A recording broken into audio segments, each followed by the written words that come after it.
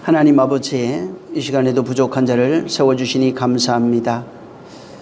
종의 입술을 사용해 주셔서 정말 세상으로 아는 어떤 종교나 철학이나 육신의 어떤 섬김, 마음의 위로 같은 것이 아니라 진실로 아버지의 마음을 우리에게 알게 하신 그 의도를 깨달아서 아버지께서 우리에게 나타나신 그 마음을 가지며 그 마음과 하나 됨으로써 진실로 하나님께서 주신 생명의 주 안에 그 생명으로 살아가는 자가 되어지게 도와 주시옵소서. 하나님 아버지의 말씀을 듣는 모든 심령들 큰 은혜 주셔서 정말 하나님의 말씀이 살아있다는 것을 경험하고 또 증거할 수 있는 능력이 있게 도와 주시옵소서. 이 시간에도 함께 하시고 복 주시기를 원합니다. 사랑하는 자들을 기억하시고 복 주시기를 원하며 예수 이름으로 축복하고 기도했습니다. 아멘. 자, 요한복음 14장입니다.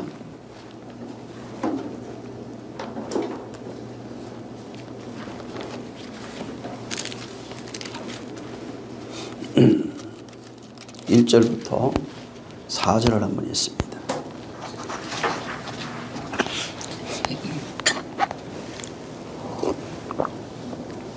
자, 시작. 너희는 마음에 근심하지 말라. 하나님을 믿으니 또 나를 믿으라. 내 아버지 집에 거할 곳이 많도다. 그렇지 않으면 너희에게 일렀으리라. 내가 너희를 위하여 저소를 예비하러 가노니 가서 너희를 위하여 저소를 예비하면 내가 다시 와서 너희를 내게로 영접하여 나 있는 곳에 너희도 있게 하리라. 내가 가는 곳에 그 길을 너희가 알리라. 아멘.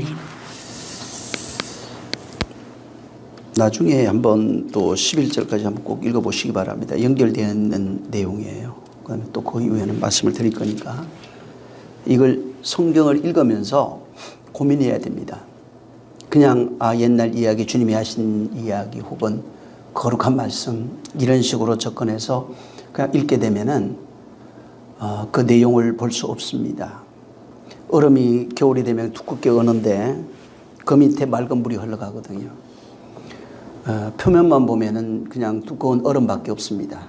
근데 그 속에는 많은 생명들이 숨쉬는 그런 물이 있어요. 맑은 물이. 이 성경도 그와 같아 가지고 영혼이 살 수 있는 이 생명이 이 안에 흘러갑니다. 이것을 볼 수 있어야 돼요. 그게 보는 눈이에요. 이것이 이 속에 흘러가는 하나님의 마음인데 그 생명이 흘러가는 그 속에는 마음이 또 있어요. 그래서 생명수가 흘러가는 것도 보여야 되고 그 속에 또 하나님의 마음도 보여야 되고 그리고 이제 그 마음을 알게 되면은 비로소 하나님 사랑입니다 라고 고백할 수 있습니다. 이처럼 그냥 읽으면서 또 고민하고 기도하고 그렇게 해서 말씀들이 보여지도록 그렇게 하시기 바랍니다. 여기 지금 14장은 예수님이 이제 내가 이제 가야 하리라, 죽어야 하리라 라고 한 말씀을 하시고 그 38절에부터 보면은 내가 나를 위하여 내 목숨을 버리겠느냐. 진짜 그 앞에 베드로에게 말하지만 내가 죽는다 했을 때 예수님이 내가 따라 죽겠습니다. 근데 너희는 사실은 나와 같이 죽을 수 없다. 베드로가 그런 얘기를 해도 너 다 굴기 전에 3번 부인하리라. 이거에 대해서는 제가 말씀을 드렸습니다. 먼저. 그래서 3번 부인하지 않으면 절대로 주님을 따라갈 수가 없습니다. 그러니까 이제 근심하는 내용이에요. 14장에. 1절에 보면 저희가 너희는 마음에 근심하지 말라. 이미 근심이 가득합니다. 그래서 제자들에게 근심하는 제자들에게 말씀하는 부탁하는 내용입니다. 근데 제자들은 이미 그 13장에서 예수님이 무슨 일을 하시는지 어디로 가는지를 이미 알고 있습니다. 그들이 직감한 것은 예수님이 죽음과 관련되어 있구나. 가시려고 하는 것이 또 십자가 어떤 것, 뭐 이런 것과 관련이 되어 있다고 하는 죽음과 관련이 되어 있다는 것을 이미 직감하고 있고 그것을 함부로 지금 근심하니까 얘기를 할 수가 없어요. 그래서 마지막에 지금 이게 다락방에서 여기서 식사를 하는데 사실은 이 얘기를 듣고 난 이후부터는 뭐 식사가 아닙니다. 그래서 식사하면 근심하지 마. 하나님을 믿으니 나를 믿으라. 이제 이걸 원문으로 보면 너희의 그 마음, 너희의 그 마음에 근심하지 말아라.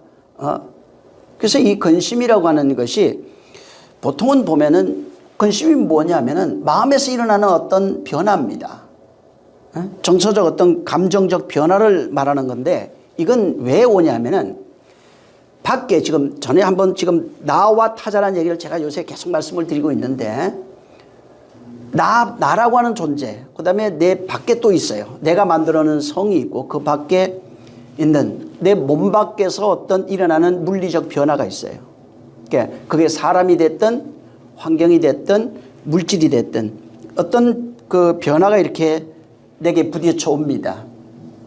부딪혀 오는데 그때 물질적이나 정서적으로 내게 부딪혀 올 때 내 마음에서 일어나는 반응이에요. 내 마음에서 일어나는 어떤 요란한 것들입니다. 그래서 이게 정서적이나 감정적으로 일어나는 어떤 그 변화를 근심이라고 합니다. 그래서 이게 좋은 것, 기쁨도 마찬가지예요. 이게 밖에서 올 때 좋은 것, 내게 기쁨으로 오는 것이 있고 그것이 이제 근심으로 오는 것이 있습니다. 그래서 이 두려움이라고 하는 것 혹은 근심이라고 하는 누가복음 24장 38절에도 예수께서 보면은 어찌하여 두려워하느냐, 어찌하여 마음에 의심이 일어나느냐. 그러니까 지금 밖에서 오는 무엇을 보고 마음에서 근심이 일어나는 겁니다.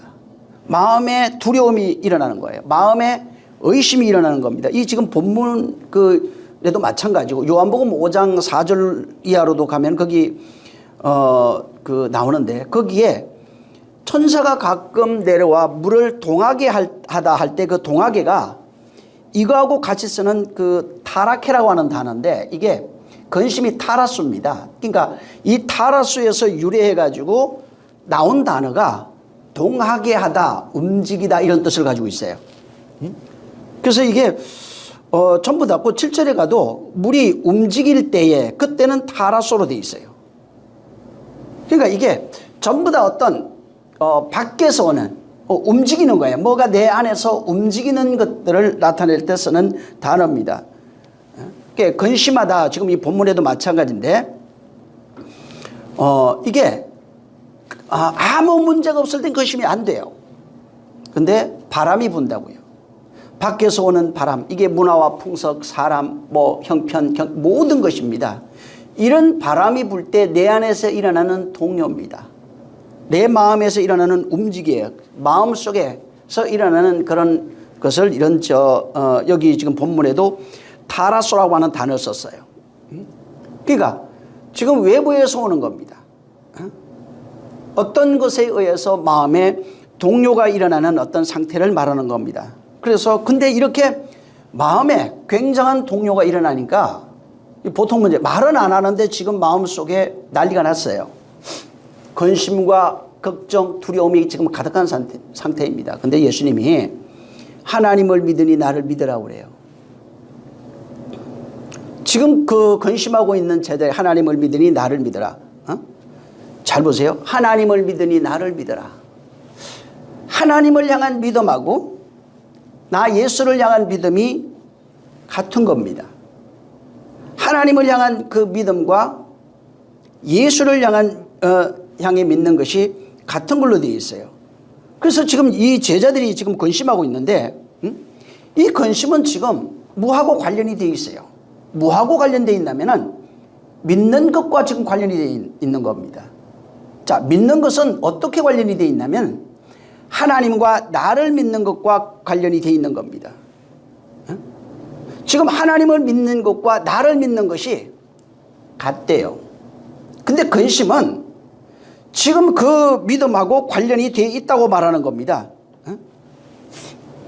제자들 생각해 보세요. 예수님 부르실 때 모든 생활을 다 팽개친 겁니다. 가정을 팽개치고 지금 주님을 쫓아온 겁니다.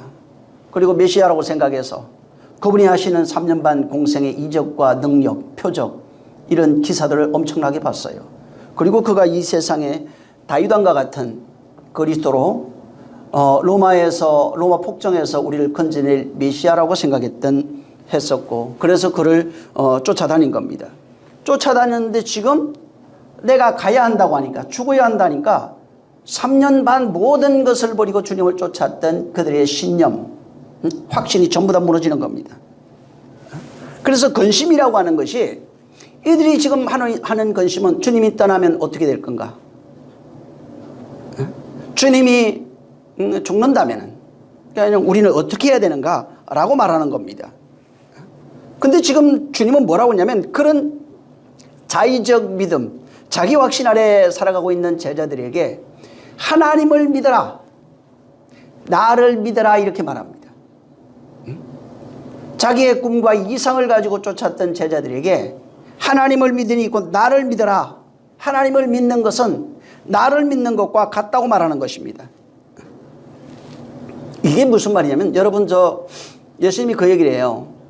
아버지를 보여주시옵소서 하니까 예수님이 나를 본 자는 아버지를 봤다는 겁니다. 그러니까 동일시하고 있어요. 나를 본 자는 아버지를 본 것입니다. 여기서 말하는 것은, 하나님을 믿는 것은 나를 믿는 거예요. 같은 거예요. 나를 믿는 것은 하나님 믿는 거예요. 나를 본 자는 하나님을 본 자입니다. 그래서 이것을 못 믿겠느냐? 바로 내가 아버지 안에 있고 아버지가 내 안에 있는 이것을 믿으라고 합니다. 그러니까 나와 아버지는 하나니라. 네가 아직도 50도 못 되었는데 그렇게 말합니다. 아니다. 나는 아브라함이 나기 이전부터 있느니라. 그래서 나는 나다, 이렇게 말씀합니다. 나는 나다라고 하는 단어는 굉장히 중요합니다. 모든 것이 그로 말미암아 출발을 합니다. 그래서 결국은 타자 자아를 제가 말씀드릴 때도 뭐라고 얘기를 했냐면은, 하나님이 나를 나로 만들려고 하시는 거예요. 내가 나가 되지 아니하면은 그분을 알 수가 없어요. 믿어드려 달라고 말하는 것이 아닙니다. 성경은 나를 믿어드려서 너희가 복받으라고 말하는 게 아니에요. 그래서 믿음이라고 하는 단어를 들어가면 열심히 섬기다 이런 것이 아니고 하나 되는 것으로 나옵니다. 믿음은 믿어드리는 것이 아니라 하나님이 주신 믿음을 가져서 하나 되는 것을 믿음이라고 합니다. 그래서 믿음이 다른 겁니다. 인간이 생각하는 믿음은 열심히 잘 섬기고 잘 믿고 따라가는 거예요. 근데 성경은 그렇게 말하지 않아요. 너와 내가 하나가 되자, 이렇게 말하는 겁니다.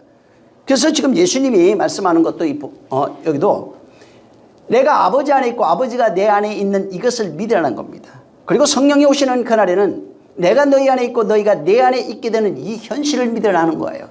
이게 믿음이에요. 믿음은 그래서 그분과 하나 되는 이 사실을 말하는 겁니다. 지금 예수님이 나를 믿으라 할 때 아버지와 나는 하나라고 하는 사실을 믿으라는 거예요. 아버지와 내가 하나라는 겁니다. 자, 지금 예수님이 지금 제자들에게 근심하지 마, 하나님을 믿으니 나를 믿어라, 아버지와 내가 하나라는 겁니다. 근데 2절에 그러면서 내 아버지 집에 거할 곳이 많대요.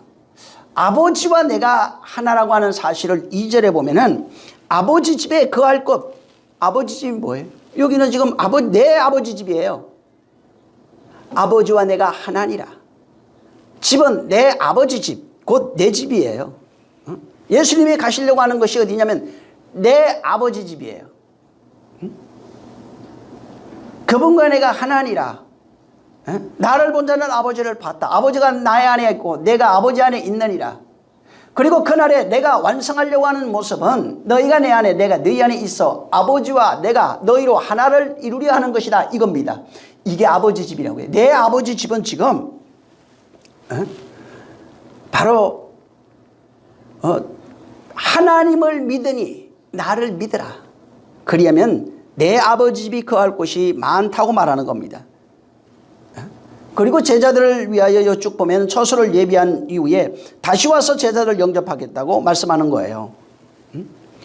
자, 여러분 보세요. 예수님이 이 땅에 오신 이유, 3년 반 공생애를 하신 이유, 십자가에 달려 죽으시는 이유가 뭐냐 이 말이에요. 그리고 다시 오신다고 그랬어요. 진리의 영, 그리스도의 영이라고 합니다. 성령으로 다시 오신다고 하는 이유가 뭐예요? 여기 지금 14장 2절에 2절부터 이 본문의 4절까지 있는 내용이에요. 그분이 이 땅에 오셔서 죽고 부활하시고 성령을 보내셔서 그와 하나 되어 우리 가운데 거하시는 이유가 뭐예요? 믿는 자를, 하나님을 믿으니 곧 나를 믿으라고 그랬어요. 믿는 자를 아버지 집으로 인도하려고 그러는 거예요. 이것이 그분이 하시려고 하는 그 목적입니다. 예수님이 지금 아버지 집에 곧 아버지 집, 내 아버지 집이에요. 거기는 아버지와 내가 하나로 있어요. 나와 아버지가 하나로 있어요.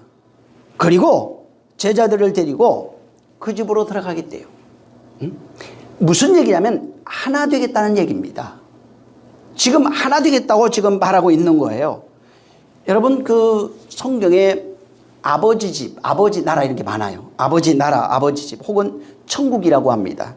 근데 이게 저 공간복음에 보면은 예수님 말씀하시는 그 천국이 전부 다 어떻게 나오냐면 그 하늘들의 그 나라입니다. 천국이 그렇게 돼 있어요. 그 하늘들의 그 나라예요. 하늘들이에요. 그래서 요게 무슨 요걸 풀어보면은 하늘된 성도를 말합니다. 하늘된 성도를 그 나라라고 하는데 이때는 하나님의 통치가 있는 그 나라입니다. 그러니까 하늘된 성도들을 다스리는 그 나라를 바로 천국 혹은 하나님의 나라 이렇게 되어 있습니다. 그래서 들어가 보면 전부 다 호 바실레이아, 호 우라노스라고 하는 단어로 다 되어 있어요. 그 다음에 이제 그래서 이 공간복음에서 말하는 천국은 전부 다 그 하늘들의 그 나라라고 하는 단어로 되어 있습니다. 근데 요한복음에는 조금 달라요, 이게. 마테마가 누가까지는 그 하늘들의 그 나라라 이렇게 되어 있는데 근데 이 요한복음에는 조금 그 다른 의미가 있는데 그게 뭐냐면 전부 다가 종말론적, 그러니까 종말적 완성의 개념으로 되어 있어요. 뭐가 끝이 나야 돼요. 그래야 완성이 되는 것을 아버지 집으로 이렇게 설명합니다. 쉽게 말하면 뭐가 끝나야 돼요. 요한복음에는 아버지 집을 예수님이 죽으심으로 완성되는 집으로 설명합니다. 이게 마테마가 누가는 이것이 없어요. 요한복음에만 예수님의 죽음과 더불어 완성되어지는 나라 혹은 거처, 집으로 표현되어 있는 겁니다. 근데 요한복음에 자세히 들어가면 이 거처는 어떻게 나오냐면 아버지와 아들과 성령으로 말미암은 성도가 하나 되어져 있는 거처라고 되어 있어요. 이것이 요한복음 17장 22절부터 21절부터 끝절까지 나와 있는 내용입니다. 그러니까 예수님이 지금 요한복음에서 아버지 집 혹은 나라 이런 개념들이 당신의 죽음을 통해서 죽음과 다시 오심을 통해서 완성되어지는 집 혹은 나라 거처라고 나옵니다. 그리고 여기는 세 가지가 완성되어 있는 곳이에요. 아버지와 아들과 성령으로 말미암아 성도된 자들이 하나 되어져 있는 곳을 그렇게 거처라고 하는 내용으로 얘기하신 겁니다. 그래서 이게 요한복음 14장 이제 뒤에도 다음에 나올 겁니다. 나오는데 여기는 성령에 대해서 엄청난 얘기를 하고 있습니다. 성령을 어떻게 설명하냐면 성령은 아버지에게서 나오는 분이라 설명합니다. 또한 아들에게서 나오는 분이에요. 쉽게 말해서 내가 아버지로 가면 내가 아버지에게 성령을 받아서 내가 너희에게 보낸다고요. 그래서 성령을 아버지와 아들에게서 나오는 분으로 표현되어 있어요. 아버지와 아들이 성령을 믿는 자들에게 보내시는 걸로 되어 있습니다. 자, 성령에 대해서 보면은 성경에 하나님의 영, 곧 아버지의 영이라고 합니다.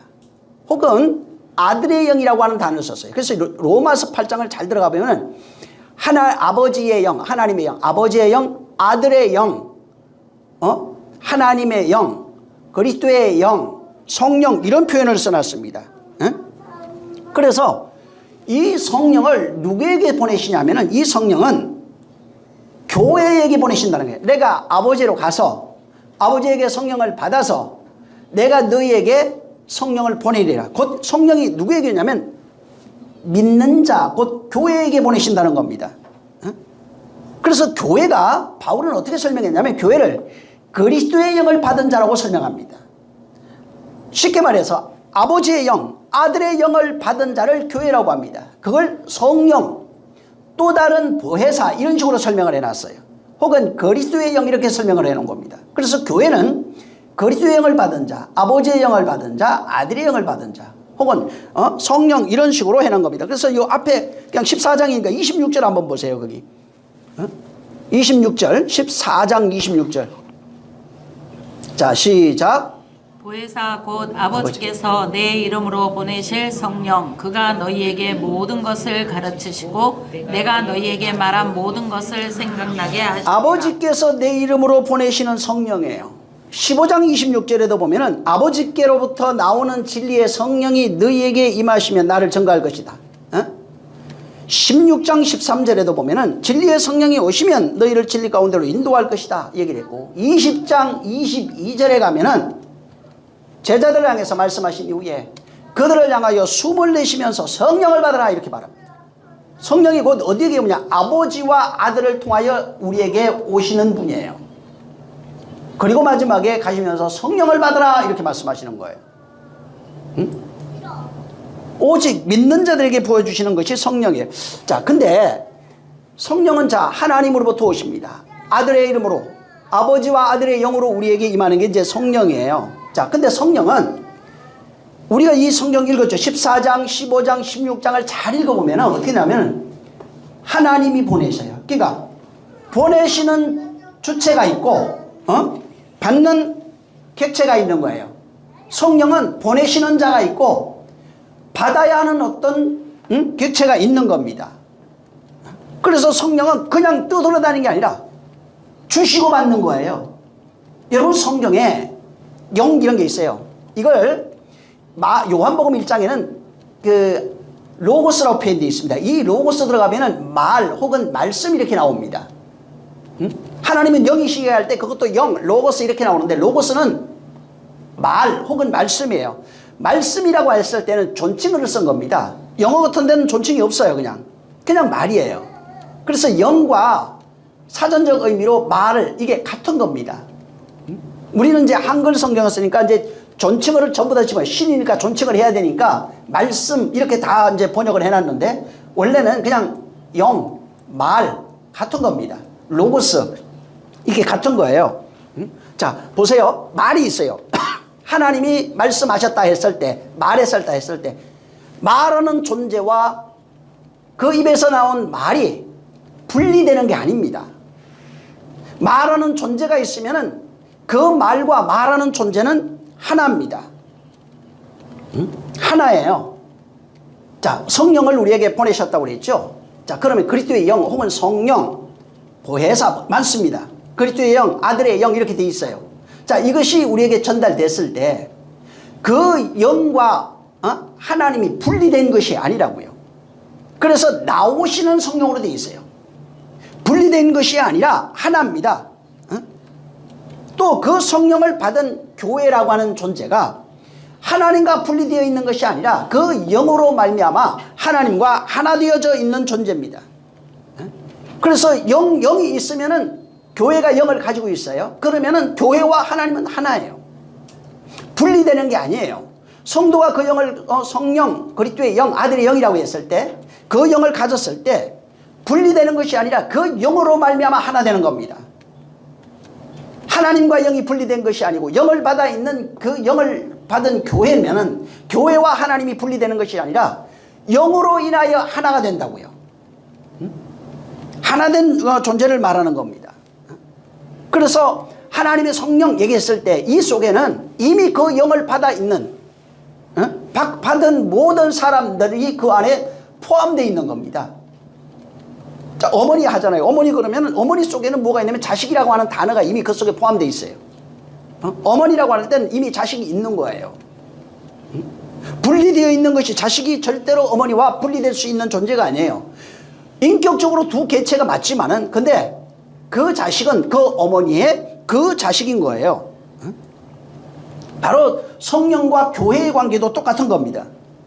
성령은 바로 교회가 부르는 하나님의 이름이에요. 그냥 우리는 이 땅에서 보여지는 것 때문에 교회 이렇게 얘기했는데 실상은 그 하나님의 영을 받은 그 존재, 그 존재로 되어져 있는 상태를 성령이라고 한다고요.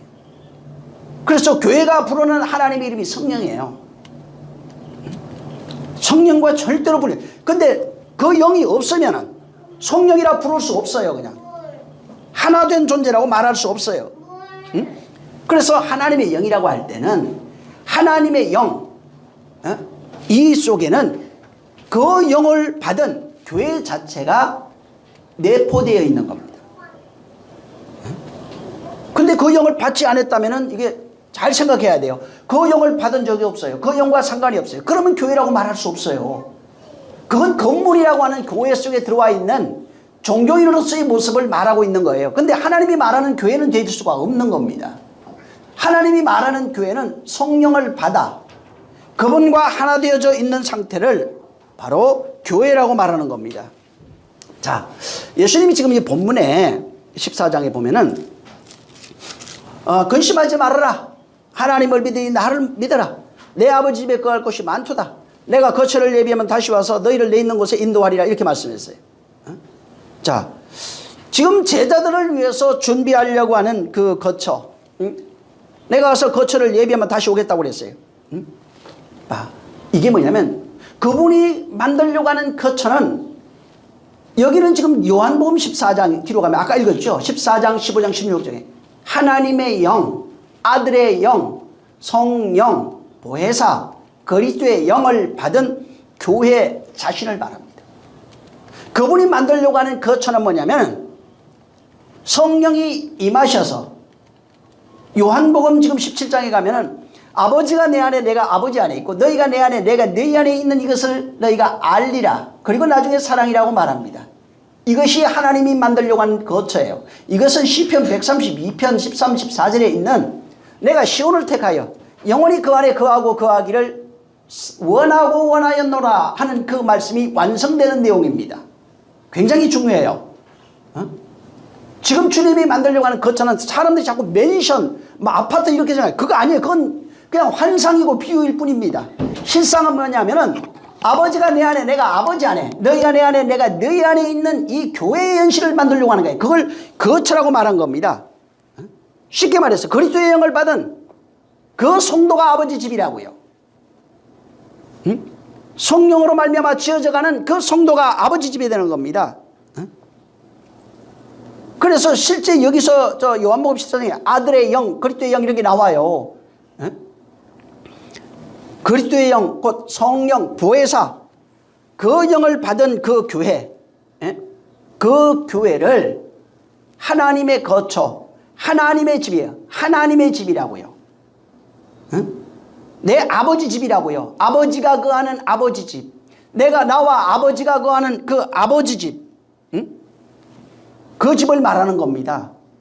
그분이 거할 집. 거기에 너도 같이 있느니라고 말씀하고 있는 거예요.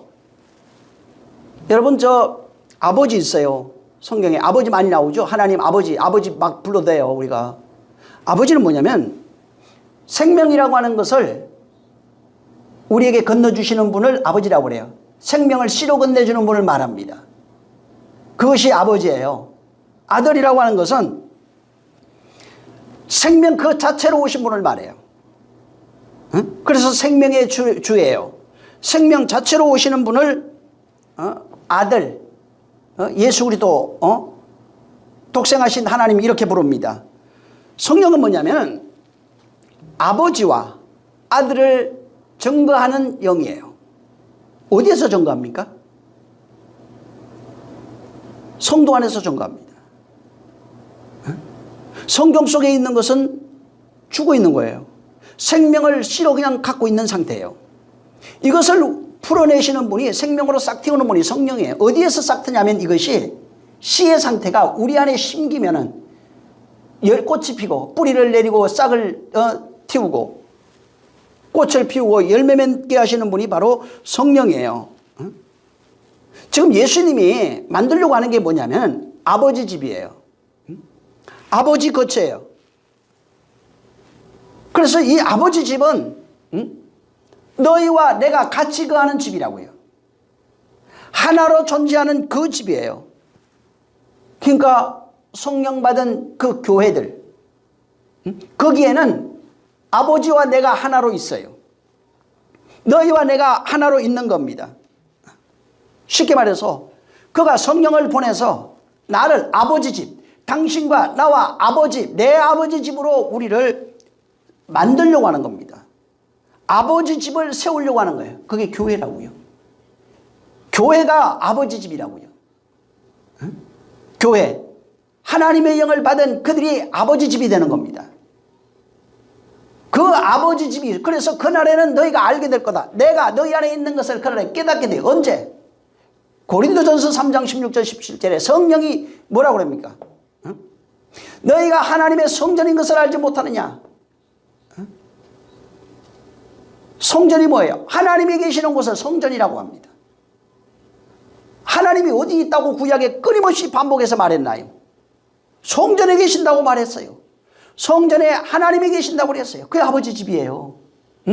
근데 씨를 우리에게 건네줬기 때문에 우리를 성전 삼고 아버지의 씨를 건네받아서 아버지와 하나 된 존재로 바로 그하고 있는 그 집을 그래서 아버지 집이라고요. 아버지로 말미암아 아버지가 거하는 그 집, 아버지로 말미암아 아들로서 성령으로 세워져 있는 그 집이 바로 아버지 집이에요. 여러분 구약 성경에 보면은 구약 성경에는 하나님이 거하는 그런 장소가 많이 나와요. 이제 공간적 장소로 이렇게 이제 표현되어 있는데 거기다가 보면은 그 모세가 지었던 장막 이런 거 있죠. 솔로몬이 성전했던 그 성전입니다. 그래서 이런 것들은 보이는 것들이에요. 그래서 이런 것들이 모세가 지었던 뭐 장막이라든가 혹은 그 성전 이런 것들입니다. 근데 모세 이전에는 하나님이 어디 있었냐면 아브라함 같은 이제 족장이라고 그럽니다. 그런 게 족장 시대인데 족장 시대가 되면 전부 다 그 사사기가 다 족장들이에요. 하나님이 어디 있냐면 족장의 집에 있어요. 거기에 함께하고 있는 겁니다. 그래서 함께하고 있는 걸 보여줘요. 이렇게 아브라함과 함께 하시고 뭐 사사들이 쭉 나와요. 거기에 함께하고 있어요. 모세로 말미암아 성막이 지어지면 그 성막에 이제 법궤라고 얘기해요. 그게 내가 여기 있을 거야. 계속 모형으로서 우리에게 깨닫게 하려고 하나님이 함께하고 있는 그 상태를 그렇게 보여주고 있는 겁니다. 자, 근데 히브리어로 가면은 이 집이라고 하는 단어가 있어요. 집. 이게 이제 바이트입니다. 이 바이트라고 하는 단어인데 이게 집으로 이렇게 이제 우리가 집 할 때 이게 이제 바이트라고 씁니다. 근데 이거를 히브리 사람들은 좀 독특한 게 바이트라고 써놨어요. 이거 집이라고 그래요. 근데 바이트라고 써놓고 이 집을 바이트라고 써놓고 이걸 전부 다 성전으로 읽어요. 우리는 집 따로 성전 따로잖아요. 근데 그 사람들은 그게 아니라 바이트 하면은 그냥 집이에요. 원래 사전적 의미도 집인데 바이트라고 하면은 전부 다 성전입니다. 성전. 그래서 이 바이트를 성전이라고 그래요. 전부 다 성전으로 읽어요. 그 성전이라고 할 때는 성경에서 히브리 이 단어는 성전이라고 할 때는 하나님의 집이라는 뜻이에요. 근데 이게 제일 먼저 기록되어 있는 곳이 어디냐면 창세기 1장 1절 베레시트라고 하는 그 단어 속에 바로 이 단어가 들어가 있어요. 태초에라고 하는 이 단어인데 이 베레시트라고 하는 그 안에는 이 배라고 하는 단어가 전치사가 앞에 있는데 그건 뭐 안에, 무엇 안에 혹은 뭐 집 뭐 이런 뜻을 가지고 있어요. 근데 이제 여기에 그 베이트라고 하는 단어가 요건 뭐냐면 그 앞에 요 집이라고 하는 뜻이에요. 요게 베이트라고 하는 그 히브리어 알파벳입니다. 거기 이 단어가 이제 앞에 하나 있어요. 그 제일 앞에 있는 게 그게 이제 처음, 시작, 뭐 머리, 맏아들 뭐 이런 거예요. 태초 뭐 이런 식으로 해놨어요. 그리고 이제 요게 레시트라고 하는 단어, 이게 레시트가 이제 처음 그런 건데 요 단어하고 이게 합쳐져 있어요. 그래서 베레시터입니다. 베레시터가 이 레시터하고, 이 레시터는 전부 다 베레시터 혹은 레시터 이렇게 태초로 그렇게 읽거든요. 그런데 전부 다 처음, 뭐 시작, 맏아들, 뭐 전부 다 이런 음으로써 그 베레시터예요. 근데 그 앞에 이제 전치사가 베이트라고 하는 게 하나 더 있어가지고 그 안에 이런 뜻이에요. 태초 안에서, 처음 안에서, 뭐 시작 안에, 뭐 이런 겁니다. 맏아들 안에 이런 겁니다. 그리고 이제 레시터가 보면은 그 앞에 이제 제일 첫 단어, 레시터라고 하는 단어 안에 제일 앞에 있는 단어가 하나 있는데 이게 로시라고 하는 단어가 있어요. 머리입니다. 머리. 예, 머리라고 하는 이 단어가 있는데 이게 무슨 뜻이냐면 꼭대기 이런 거예요. 꼭대기, 뭐 우두머리, 처음, 전부 다 이런 걸 갖고 있는 겁니다. 요 두 개 이제 베레시터를 그래서 해석을 해보면 어떻게 나오냐면은 하나님이 머리로 성전을 짓는다 이런 식으로 돼 있어요. 이걸 이제 베레시터는 한 10개 정도가 되는, 뭐 많이 하면 12개도 될 거예요. 평균적으로 9개에서 10개 정도를 이 단어 띄우고 붙이고 3개, 2개 이런 식으로 해가지고 단어를 만들면 전부 다 뭐 예를 들어 예수아가 머리가 되는 성전 뭐 이런 거, 그가 집으로 있는 뭐 그런 그 태초 뭐 이런 식이에요 다. 그래서 이것도 이제 해보면은 그 하나님이 머리라고 하는 게 그거예요. 교회는 예수가 머리죠. 하나님이 머리로 성전으로 세워져 있는, 하나님이 머리가 된 집으로 세워져 있는 그 성전 이런 겁니다. 베레시타가. 그러니까 하나님이 머리 되는 집이란 뜻이에요. 하나님이 세우는 그 집은 하나님이 머리가 되는 그 성전 혹은 집 이런 걸로 되어 있는 겁니다. 근데 그 완성이 끝에가 뭘로 나오냐면 타우라고 하는 단어로 되어 있는데 타우는 십자가를 말합니다. 하나님이 머리 되는 성전이 어떻게 세워지냐면 타우라고 하는 십자가를 통해서 완성되어져, 이 얘기가 베레시타 안에 담겨 있어요. 그래서 하나님이 머리로 세워지는 그 집, 이것은 십자가라고 하는 예수 그리스도를 통해서 만들어지는 집이에요. 쉽게 말해서 이 하나님의 집, 이 베이트라고 하는 이 집은 십자가의 죽음과 부활 그리고 그리스도의 영을 받은 교회를 상징하는 겁니다. 그래서 베레시터 안에 하나님이 머리로 세워지는 그 집은 하나밖에 없어요. 교회밖에 없는 거예요. 교회가 어떻게 세워지냐면 성령으로 말미암아 곧 그리스도의 영, 아들의 영으로 세워지는 그 집을 바로 교회라고 말하는 겁니다. 하나님이 이걸 짓겠다는 거예요. 지금 이 창세기 1장 1절 베레시터부터 말하는 것은 하나님이 머리가 되는 그 집을 십자가로 지을 거야 라고 하는 내용이 거기 안에 담겨 있는 겁니다. 하나님이 머리가 되는 집. 근데 바울이 이걸 깨닫고 설명을 어떻게 했냐면은 교회는 그리스도가 머리가 되시고 우리는 그의 몸이라 지체라 이렇게 얘기했어요. 이게 하나님의 집이에요. 하나님의 집이라고 하는 건 뭐냐면 하나님이 세웁니다. 그리스도의 영, 아들의 영으로 세워지는, 곧 성령으로 세워지는 그 집을 말해요. 여기는 조건이 하나님이 머리가 되어야 돼요. 그리스도가 교회의 머리가 되어야 되는 겁니다. 우리는 그의 지체로 있어야 돼요. 이게 하나님의 집이라고요. 그래서 하나님이 성경에 수없이 많이 나오는 게 성전 집 짓는 얘기입니다. 모세를 통해서 하나님의 집을 지으라고 그랬어요. 모형으로 해놓은 거예요. 성막을 짓습니다. 그 다음에 성전을 짓습니다. 구약에서 지었던, 이스라엘 사람들은 지금 구약이 지었던 그 성전을 다시 짓고 싶어요. 솔로몬이 지었던 그 성전을 다시 짓고 싶어 합니다. 그게 스룹바벨 성전에 파괴되다가 다시 또 세워져요. 또 파괴됐다고 헤롯에 의해 또 세워져요. 이걸 또 세우고 싶은 거예요. 하나님은 그 성전을 짓는 게 아니에요. 지금 하나님이 집 짓는 얘기하고 있어요. 당신이 거할 처소 짓는 얘기를 하고 있는 겁니다. 바로 하나님이 거할 집을 그리스도의 영으로 짓겠다고요. 어디에 짓냐면 이 그리스도의 영으로 지으려면 그 영을 받은 그 존재가 하나님의 집으로 지어질 수 있는 거예요. 동물이 아닙니다. 이건 이 세상 어떤 하나님의 영을 받을 수 있는 게 아니에요. 이 세상에 있는 물질이 하나님의 영을 받는 게 아니라고요. 그래서 성령이 어디에 보냈냐고 바울이 얘기했냐면 너희 마음 가운데 보내사 이렇게 얘기했어요. 그리스도의 영이 어디 있냐면 너희 마음 가운데 계시고 이렇게 얘기했어요. 그리스도가 어디 있느냐 너희 안에 계시고 이렇게 얘기했어요.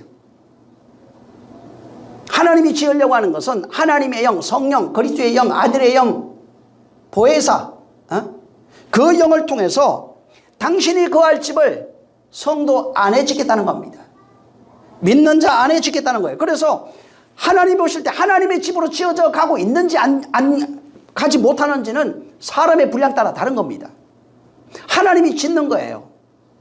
그분의 영을 순종하고 이끌렸다면 지어질 것이고, 그렇지 못하면 더디 지어지겠죠, 당연히. 그분이 우리를 지으시는 겁니다. 그래서 구약에는 이게 정말 많이 나와요. 집 짓는 얘기가 전부 다 하나님의 말씀으로 지어지는 그 집 짓는 얘기가 엄청나게 나옵니다. 여러분 그 창세기 6장에 그 노아 방주 나오죠. 거기 보면은 고페르 나무라고 그래요. 고페르 나무로 너를 위하여 방주를 짓 때 그 안에 할 때 그 안에 전부 다 베이트입니다. 그 안에 칸들을 막고 역청을 그 안팎에 할 때 이게 전부 다 베이트예요. 집 짓는 얘기예요. 전부 다 이게 성전 그것도 방주도 집 짓는 얘기. 7장 1절에도 보면 너와 내 온 집은 할 때 그 전부 다 베이트예요. 집을 짓고 그 안에 들어가요. 여러분 창세기 12장 8절 베델 나오죠. 베델도 집 짓는 얘기예요. 집이에요. 집 얘기가 어마어마하게 많이 나옵니다. 창세기 28장 18절에 야곱이 일어나가지고 꿈꾸고 난 뒤에 일어나가지고 거기에 베델에 그 이름을 베델이라고 그래요. 베델로 거기에 기름 부어가지고 그 기둥을 세우고 거기다가 집 짓는 얘기가 나와요. 그 베델이에요. 그리고 22장에 가면은 그 베델을 뭐라고 설명했냐면 내가 기둥으로 세운 이 돌이 뭐가 된대요? 하나님의 집 될 것이다. 지금 그 야곱도 하나님의 집이 뭔지를 알고 얘기하고 있어요. 근데 사람들은 거기 하나님이 자꾸 삼성전 얘기하잖아요. 응? 여기 베델이 하나님의 집이라고요. 예루살렘이 아니고. 예루살렘 하나님의 집이라고 그랬잖아요. 솔로몬이 세웠던 거.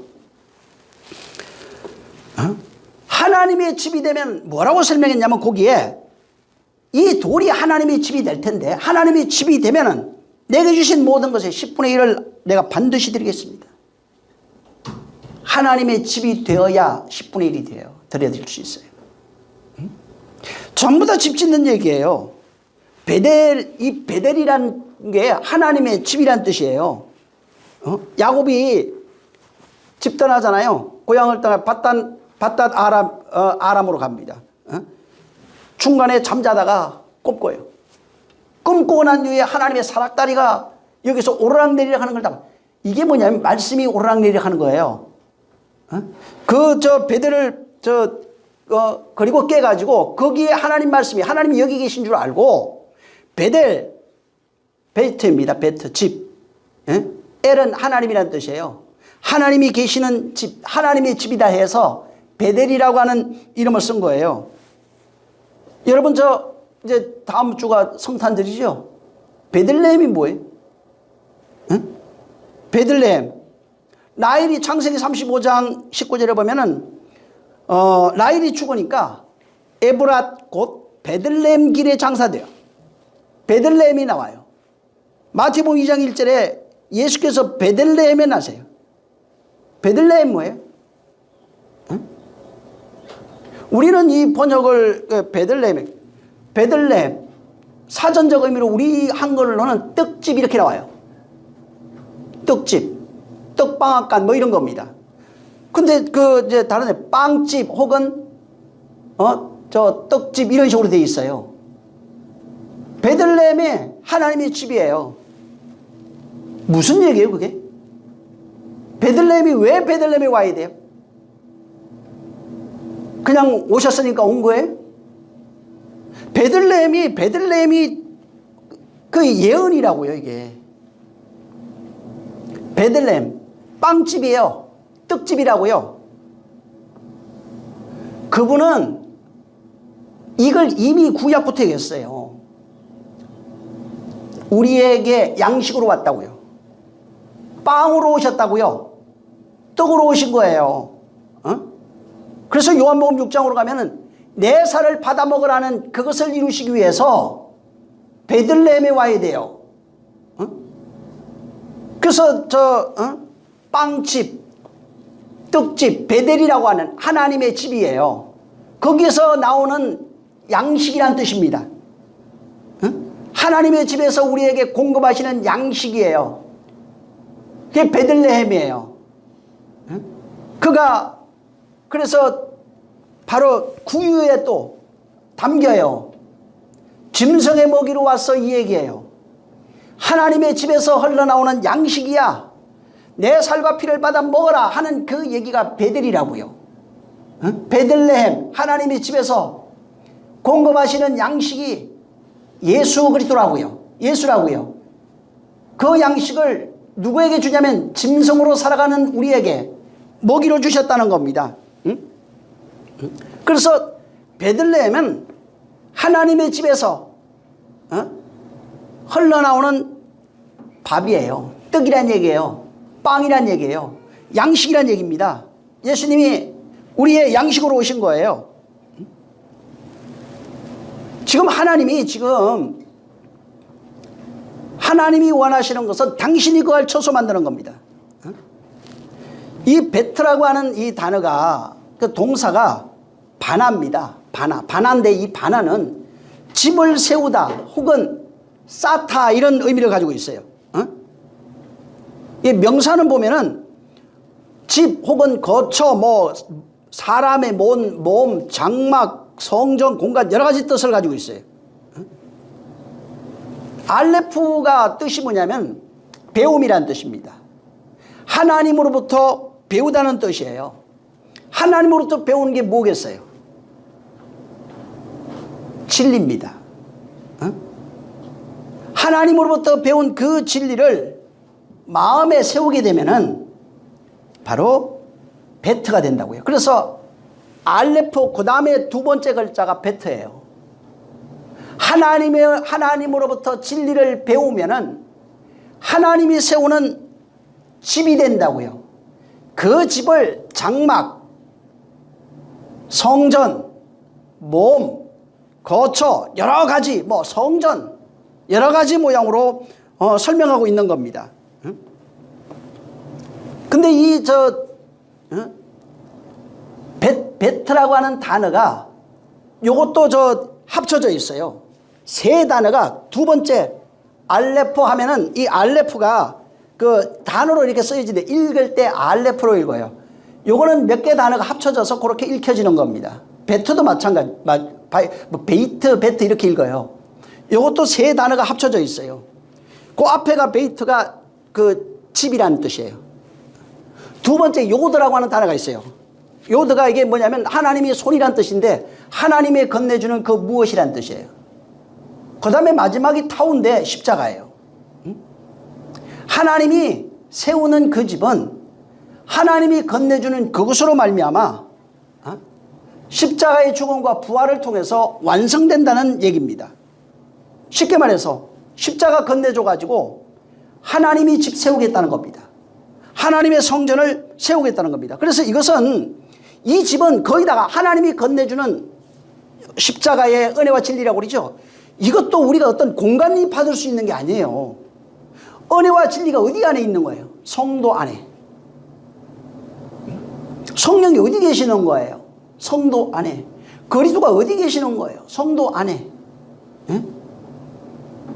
그래서 하나님의 집을 짓는 것은 전부 다 그분이 머리로 되어지고 그분을 머리로 삼고 우리가 그의 지체가 되어서 세워지는 그 집을 하나님의 집, 바울은 이것을 교회 이렇게 얘기한 겁니다.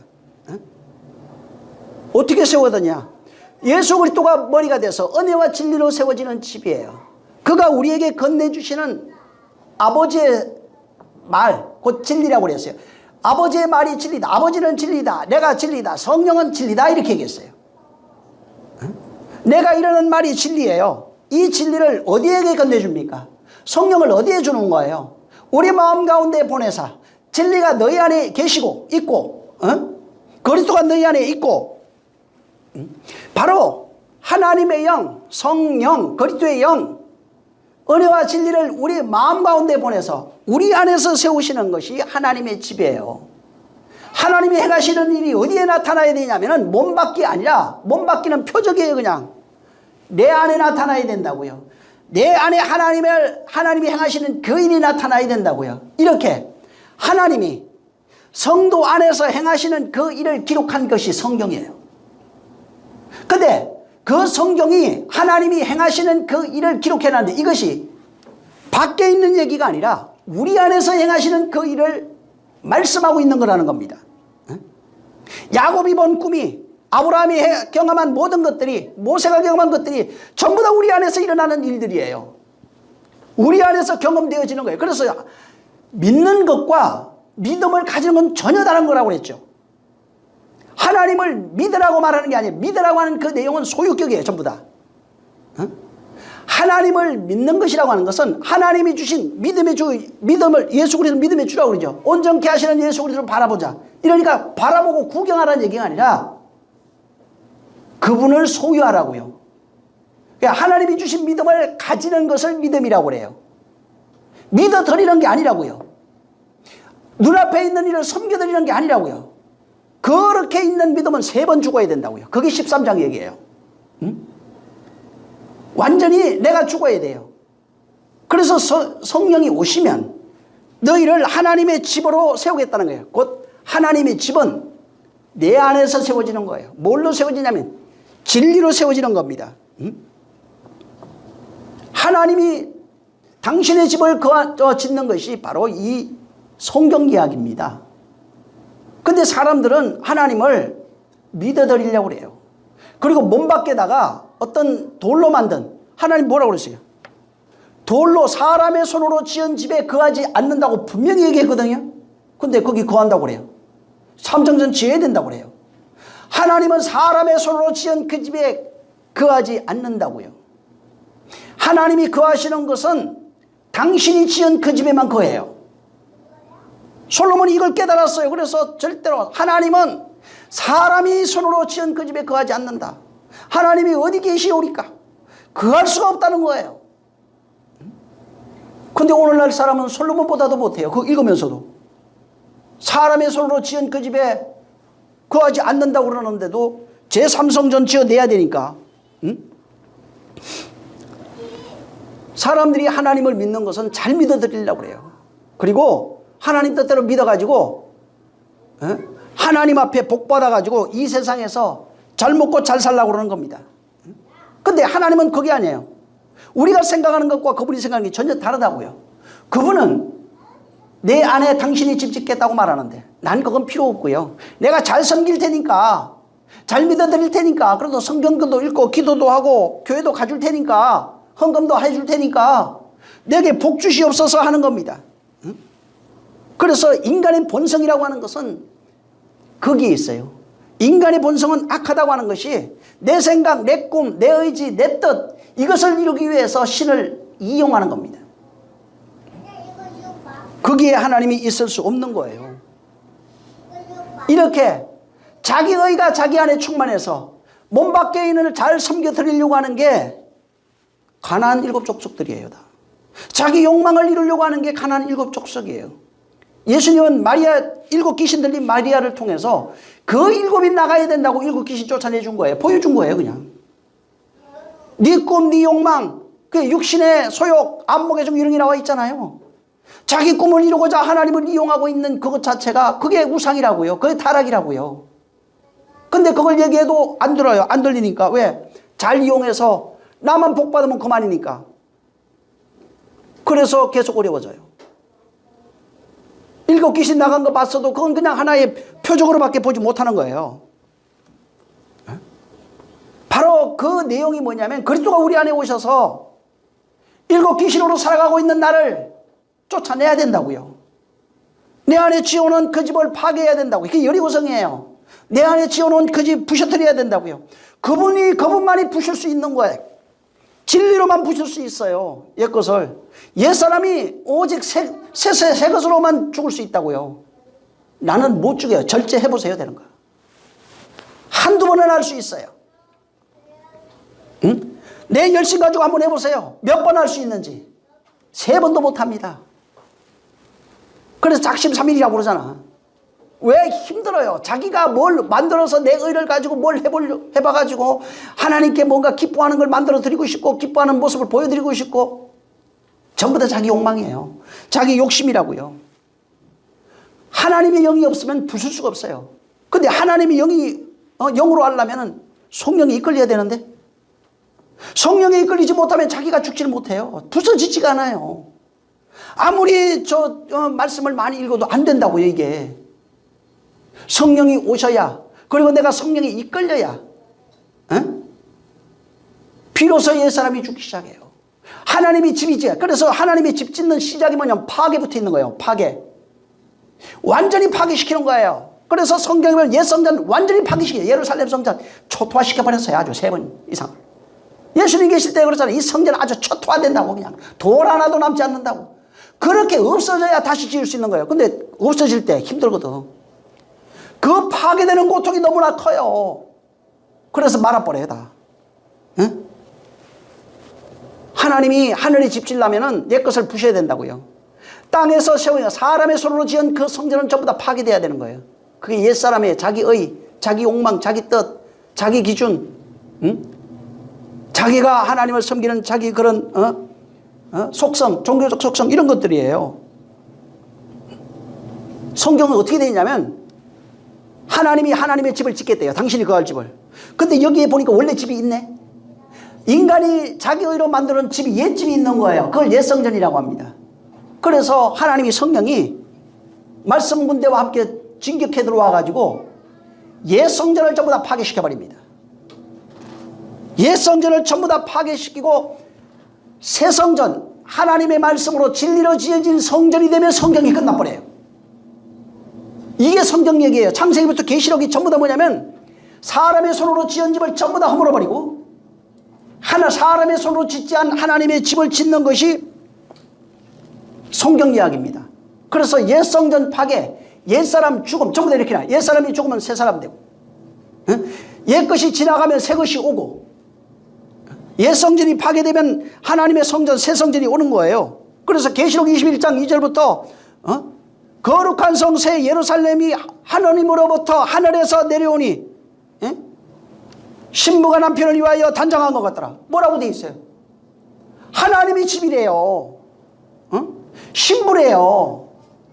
새 예루살렘이 건물이 아니라 존재라고요. 성도. 신부라고요. 거기가 새 예루살렘 성이라고요. 거기가 하나님의 집이라고요.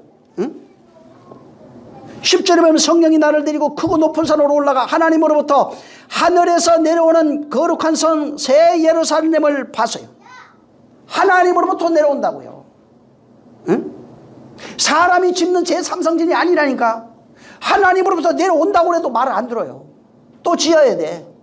뭔가 또 지어내야 돼. 인간의 자기 의를 결국은 자기 고집 안 꺾잖아. 그러니까 망할 수밖에 없는 겁니다. 새 예루살렘 성전은 인간 사후에 가는 그런 곳이 아니에요. 이 땅에 제3성전을 세우는 돌로 세워진 그런 집이 아니라고요. 성도 자신이 하나님의 성전이라고요. 그걸 신부라고 했어요. 하나님께로 내려오는 집이라고요. 그래서 이 계시록의 종말이 되면은 옛 것이 다 지나가면 새 하늘, 옛 하늘, 옛 땅, 옛 바다가 나와요. 이게 다 없어져야 된다고요. 그래야 내가 보니까 해와 달과 별도 안 보여요. 옛날 것으로는 다 없어졌다니까. 하나 돼버렸는데 뭐 볼 게 뭐 있어요. 해, 달, 별, 바다나 땅 이런 것들이 온데간데 없이 다 없어져요. 그래서 새 예루살렘을 신부라고요. 어린 양의 신부라고 얘기하는 거예요. 집이 지어져야 왕궁이 되면 성경이 끝나요. 내가 왕궁이 되면 성경이 바로 끝나는 겁니다. 이 저 아버지라고 하는 단어가 있어요. 히브리어에서 아보라고 합니다. 이 아보는 두 단어가 합쳐져 있어요. 아보가 어떻게 되어 있냐면 이 알레프하고 베이터 첫 번째 글자 두 번째 글자가 합쳐지면은 아버지가 돼요. 히브리어 알파벳 첫 번째 두 번째 글자 알레프 저 베이트라고 합니다. 베트 뭐 이렇게 읽습니다. 이거하고 합쳐지면 아버지가 돼요.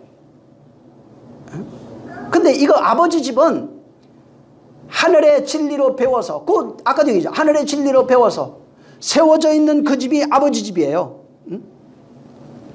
쉽게 말해 이 땅에서 아버지 말을 배워요. 하나님 아버지 말을 배워서 그 말이 뭐예요? 역대하 6장 7절 이런 데 가보면은 말씀이 이름이라고 돼 있어요. 이름 곧 말씀 이렇게 계시록이 19장이 정확하게 나와요. 이름 곧 말씀 이렇게 나옵니다.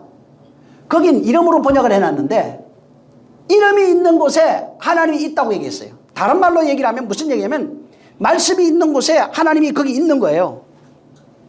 하나님이 집은 어떻게 되지? 하나님이 말씀을 배워서 그 말씀을 담은 존재가 되면 하나님의 집으로 지어진다고요. 그 말을 누가 가지고 왔대요? 내가 아버지로부터 담아왔어. 그래서 아버지 집이 누구예요? 내 안에 아버지가 있는 거예요. 아버지를 보여주시옵소서. 여기 있다 저기 있다는 것이 아니다. 나를 본 자는 아버지를 보았다. 응? 이걸 못 믿겠느냐? 그러면 내가 하는 말을 좀 들어봐라. 그래도 못 믿어. 그럼 표적이라도 봐라. 아버지가 하나 되자면 이게 이럴 수 있는 일이 아니라는 거예요. 아버지는 말로 아들과 같이 있어요. 내가 하는 말은 아버지가 하는 말이야. 이 말을 우리에게 건네줬다고요. 그래서 우리가 그 말을 받으면 어떻게 되면 아버지가 내 안에, 그리스도 내 안에, 내가 그리스도 안에 그분과 우리가 하나 되는 집이 되는 거라고요. 그래서 내가 너희를 내 아버지 집으로 데리고 간대. 누가 지었어요? 아버지가 말씀으로 지어진 그 집에 우리도 거기에 같이 있다고요. 응? 그래서 내가 다시 와서 너희를 나 있는 곳에 있게 하리라. 아버지가 지은 그 집, 말씀으로 지은 그 집, 성령으로 지은 그 집이에요. 거기에 아버지와 아들과 내가 하나로 있는 그 집을 아버지 집이라고 합니다. 응? 이렇게 아들이라고 할 때 마찬가지예요. 전부 다. 응? 아들이라고 진리의 말씀으로 우리를 낳았다잖아요. 그럼 말씀이 있어야 될 거 아니에요. 낳으면은 그냥 진리의 말씀으로 낳았습니다. 그거 구절 외우라고요? 외우지 마세요. 필요 없어요. 진리의 말씀으로 낳았다는 건 진짜 그 말씀이 내 안에 들어와서 내가 나음을 입으면은 그 말씀이 필요 없는 거예요. 응? 진리의 말씀으로 낳았다는 구절을 외우라는 얘기가 아니라 진리의 말씀으로 낳은 그 아들이 되라는 거예요. 진짜 내가 그 말씀으로 낳은 아들이 되는 거예요. 아들이 돼야 아버지를 부를 수 있어요. 하나님을. 여러분, 우리가 하나님 아버지 불렀다고 해서 아버지 되는 게 아닙니다. 아버지가 준 그 진리의 말이 나를 낳아야 낳은 내가, 교회로 낳은 내가 됐을 때 비로소 하나님을 아버지라 부를 수 있는 거예요. 응? 아들이라 한다고 해서 하나님이 아들로 인정해 주는 게 아니라고요. 그분이 직접 낳아야 돼요. 그래서 성경에 아들 낳는 얘기 그렇게 많이 나온다고요. 응? 말씀으로 나오지는 그 존재를 아들이라고 그래요. 하나님은 아들이라는 게 뭐냐면 진리 혹은 그리스도의 영, 성령으로 낳은 그 존재를 아들이라고 말합니다. 그렇게 낳아진 아들이 하나님을 비로소 아버지라 부를 수 있는 거예요. 응? 그렇게 안 낳아지면은 거예요. 지금 내가 너에게 아버지가 되겠다고 그러잖아요. 마찬가지요. 씨를 지금 가지고 있어요. 여전히 아브라함이에요. 하나님은 지금 몸 밖에 전능하신 분으로 있는 거예요. 자, 근데 그 씨를 내가 받아서 내가 이 씨를 잉태해서 씨가 아들로 나왔어요. 그러면은 하나님은 열국의 아버지가 돼요. 내 아버지가 된다고요. 존귀하신 한 분의 아버지로 있다가 한 분으로 계시다가 존귀하는 분으로 있다가 열국의 아버지 복수로 바뀐다고요. 내 아버지로 바뀐다고요. 그게 아브라함이라고요. 응?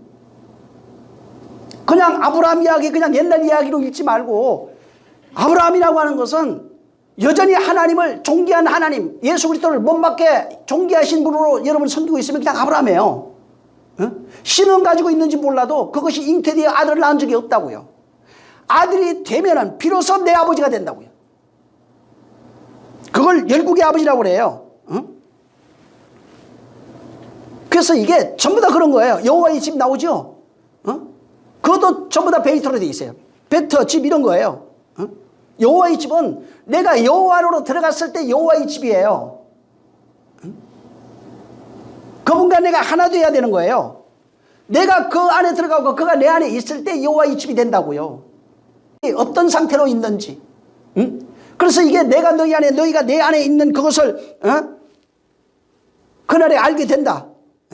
전부 다 그거예요. 요한복음 20절 한번 읽어보세요. 본문 20절. 다음에 또 할 건데 이거는 20절 14장 20절. 자 시작. 그날에는 내가 아버지 안에 너희가 내 안에 내가 너희 안에 있는 것을 너희가 알리라. 네. 보혜사라고 성령이 오시는 그날에는, 내가 아들로 나오는 그날에는 내가 너희 안에 있고 네가 내 안에 있는 걸 네가 알게 된다고요. 그게 하나님의 거하시는 집이에요. 근데 이 집을 생각 안 해요. 이거 읽으면서도 아무리 읽어도 뭐예요? 이거 생각 안 하는데. 몸 밖에 집 세울 생각하는데. 그 돈 있으면 그 집 세우지 말고 사람 전도하는 데 쓰세요. 영혼들 죽어가는 영혼 살리는 게 쓰는 것이 훨 나은 겁니다. 쉽게 말해서 여호와의 집이 내 안에 지어진다고요. 그 지어진 상태를 뭐라고 하냐? 내가 너희 안에 너희가 내 안에 너희가 네가 알게 될 것이다. 바로 그리스도가 성령으로 내 안에 지어지는 그 집, 그가 내 안에 들어오는 그 집, 그가 만들어서 세우시는 그 집, 여호와라고 하는 이름 안으로 들어가는 그 집. 여호와가 성령이에요. 구약에는. 신약에는 성령으로 되어 있고요. 여호와의 집이 전부 다 그런 거예요. 여호와가 거처하는 그 집이 여호와의 집이라고요. 다. 성령이 거하는 그 집이 여호와의 집이에요. 성령의 집이라고요. 그걸 그리스도의 처소라고 해요. 하나님의 아들의 영을 가진 그 존재를 집이라고 말합니다. 기독교는 예수라고 하는 2000년의 어떤 성인을 섬기는 게 아닙니다. 기독교는 내 안에 성령이 여호와께서 그리스도의 영, 아들의 영으로 집지어서 바로 하나님이 거하시는 이것이 기독교예요. 그래서 내 안에 바로 진리라고 하는 세워진 집을 보니까 그게 진리였던 거예요. 하나님이 세운, 말씀으로 세운 그 집을 보니까 진리라고 해요. 그 안을 들여다보니까 그 안에 생명이 있더라 이 말이에요. 이 하나님의 손으로 지은 집, 그 집만이 생명이 있는 거예요. 거기에 보니까 하나님이 계신 거예요. 그리스도가 하나 되어 있는 거예요. 그날에 그래서 그리스도가 너희 안에 있는 것을 너희가 알리라. 내가 너희 안에 있는 것을 20절 읽었죠 그냥. 내가 너희 안에 있는 것을 너희가 알게 된다고요. 예수님 어디 있어요? 저 멀리. 없다는 얘기예요 그럼. 그날에 너희가 알리라. 하나님이 당신의 거할 집을 짓고 그 집에 거하신다고요. 그 집은 성도라고요. 그래서 그 집 지은 거기가 바로 성도 아니라고요. 나라고요. 내 안에 당신이 거할 집을 짓고 당신이 함께 거하겠다고요. 요걸 복이라고 그래서 바라크. 그러니까 하나님과 하나 되어져 있는 상태가 되면 전부 다 바라크 다 나옵니다. 복 나와요. 전부 다 복이에요. 복이라고 하는 게 뭐 우리가 이빨 건강하고 뭐가 잘 되고 건강, 이거는 복이라고 하는 개념이 아니고 복 받은 자가에게서 흘러나오는 현상들, 표적들이라고요. 그냥 밖에 있는 거예요. 근데 복이라고 하는 그것이, 그래서 마태복음 5장에 산상수훈할 때 팔복 나오잖아요. 제일 먼저 단어가 마카리오스라고 하는 단어가 나와요. 계속해서 마카리오스 8번을 반복합니다.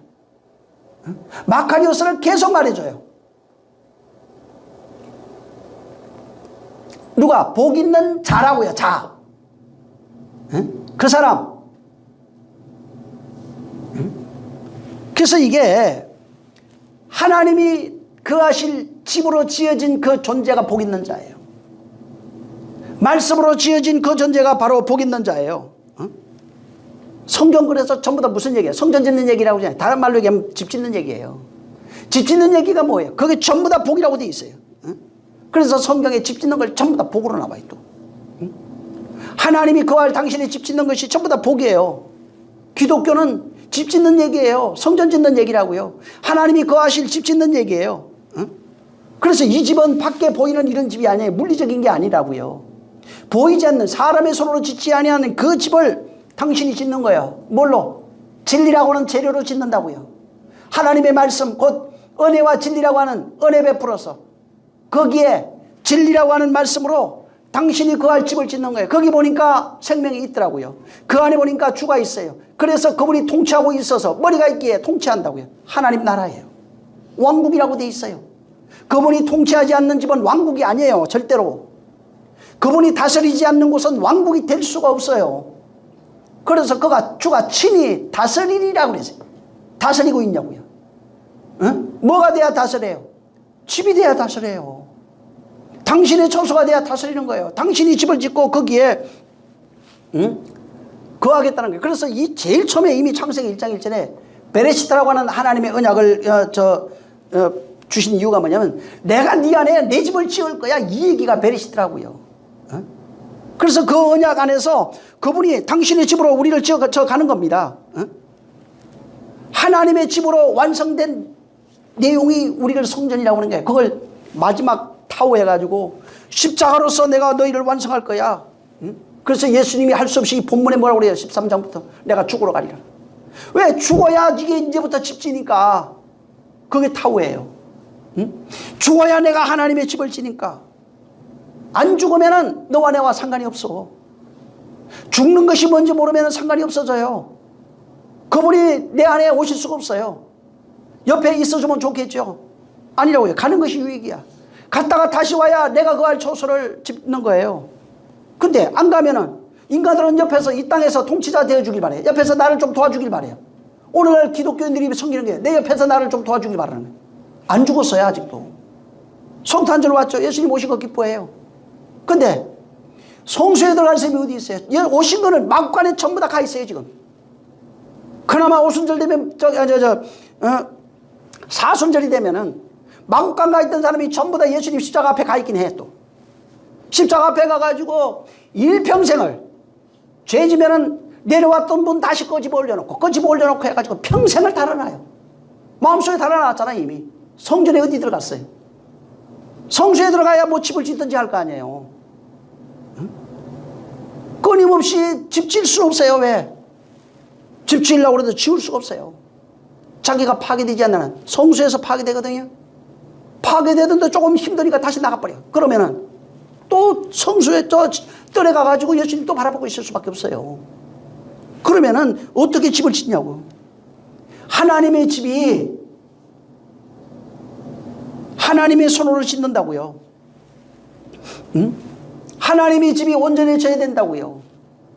그 집이 온전히 지지 않으면은 그분이 내 안에 있는 줄 모른다고요. 응? 그래서 끊임없이 선진들이 고백해요. 응? 하나님 집, 아버지 집을 사모하고 있어요. 응? 아버지 집이 되어지기를 원하고 있어요. 왜? 거기에 야곱이 꿈꾸면서 아버지 집 이야기. 응? 내가 11조로 돌아가겠습니다 라고 하는 고백을 거기다 해놨어요. 내가 아버지 집이 되겠다고요. 뭐예요? 언약이 있는 여기가, 말씀이 있는 이것, 말씀으로 세워지는 여기가 아버지 집이라고요. 내가 거기에서 말씀으로 지어져 10의 하나로 완성된 존재로 돌아가겠다고 하는 그것을 끊임없이 말하고 있어요. 성경에요, 내가 아버지 집에 간다고 하는 내용이 시편에 그냥 절비하게 깔려 있어요. 나중에 한번 보세요. 시편 5장 7절에도 나는 주의 풍성한 사랑을 입어 주의 집에 들어가 주를 경외함으로 집에 들어가야 돼요. 경외하고 그분을 존귀와 영광을 돌리고 전부 다 집으로 들어가야 돼요. 시편 65편 4절에도 주의 뜰에 살게 하신 사람은 복이 있어요. 뜰에 있다가 성전 안으로 들어가야 돼요. 시편 23편은 그냥 전부 다 뭐가 결론이 뭐예요? 나를 내 평생 선하심과 인자심이 나를 따르리니. 내가 평생에 어디 거한다고요? 내가 평생에 내가 여호와의 집에 영원히 거하리로다. 시편 24편 엄청나게 하잖아요. 집에 거해야 돼요. 응? 집. 그래서 주가 여기 있다 저기 있다 하는 것이 아니라 그날에 알 거다. 네가 내가 아버지와 나와 네가 하나 되어 있는 것을 네가 알게 될 것이고 그날에는 내가 너희 안에 있는 것을 네가 발견할 것이다. 그래서 그렇게 발견되어진 존재를 이제 17장 나중에 해야 되니까 사랑이라고 해요. 아버지의 마음을 알고 진리로 세워져서 비로소 멀리서 아버지를 알고 아버지의 마음을 깨달아서 돌아가 아버지와 하나 된 둘째 아들이 집에 거하는 자예요. 영원히 아버지와 함께. 그래서 집으로 하나님 아버지가 그를 옷 입히고 가락지 끼우고 옷 다 그냥 머리부터 발끝까지 싹 다 바꿔버려요. 정말 하나님의 집으로 지어져 가기를 예수님으로 축원합니다. 하나님의 초소는 몸밖에 아니에요. 내 안에 지어진 그 처소입니다. 거기가 집이 되고 성전이라고 합니다. 그게 제3성전이에요. 제가 어떤 목사님하고 얘기하다 그랬어요. 제1성전은 에덴부터 시작해서 예수님 당시까지 지어졌던 헤롯 성전까지다. 신학은 그렇게 얘기를 안 해요, 사실. 두 번째 성전은 말하는 성전으로서 예수 그리스도다.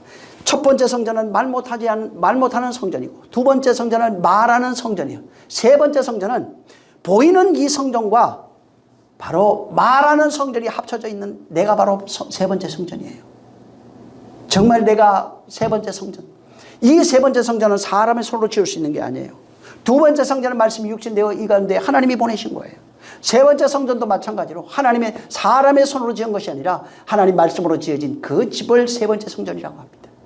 그렇게 지어져야 아버지 집에 함께 거하는 자가 될 수 있습니다. 정말 이와 같은 역사가 있기를 주여 내가 그렇게 지어져 가게 하시옵소서. 내가 그렇게 말씀으로 하나 된 자 되게 하시옵소서. 매일 기도하세요. 하나님의 뜻을 이루어 주소서. 하나님의 뜻은 이 땅에서 잘 먹고 잘 사는 게 아니에요. 환난이 필요하면 환난을 통해서 나를 만들어 가시는 겁니다. 핍박이 필요한 핍박을 통해서. 평안한 게 없어요, 사실은. 그래서 예수의 제자들 평안한 자가 없어요, 다. 오늘날은 근데 예수의 제자들 사모하지만은 그들이 받았던 고난과 핍박, 환난은 안 당하려고 그러잖아요. 그러니까 안 지어져요. 기도할 때 주여 나를 좀 도와주세요. 내 가정 축복에 하나님의 당신이 거할 집으로 좀 지어줘 주세요. 그래야 그분이 나를 영접해요. 그래야 내가 그분과 하나 돼요. 그분이 우리를 영접하는 것을 둘째 아들로 다 얘기해 줬어요. 어떻게 되는 건지. 그게 뭔지를 기도하겠습니다. 하나님 아버지 감사합니다. 우리가 주의 말씀으로 지어지는 진정한 하나님의 거처, 하나님의 집이 되게 하시옵소서. 하나님 아버지, 사람의 손과 인간의 열정, 열심으로 지어지는 집이 아닌 오직 은혜와 진리로 지어지는 성령이 임하신 이후에 말씀으로 지어지는 거룩한 집이 되어서 아버지가 내 안에 있고 내가 아버지의 그 생명으로 낳은 아들이라고 하는 사실을 깨달아서 하나님을 아버지라 부를 수 있는 존재, 정말 그리스도의 영을 아버지라 부를 수 있는 그의 존재로 살아가게 도와 주시옵소서.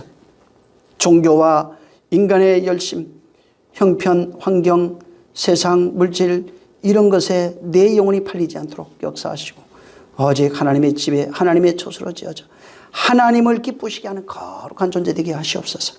성령이 함께 하시길 원합니다. 멀리서 함께 예배하는 심령들을 복 주시길 원하며 예수 이름으로 축복하고 기도했습니다. 아멘. 하늘에 계신 우리 아버지여, 이름이 거룩히 여김을 받으시며 나라에 임하옵시며 뜻이 하늘에서 이룬 것 같이 땅에서도 이루어지리이다. 오늘날 우리에게 일용할 양식을 주옵시고 우리가 우리에게 죄진 자를 사하여 준 것 같이 우리 죄를 사하여 주옵시고 우리를 시험에 들게 하지 마옵시고 다만 악에서 구하옵소서. 나라와 권세와 영광의 아버지 영원히 있사옵나이다. 아멘.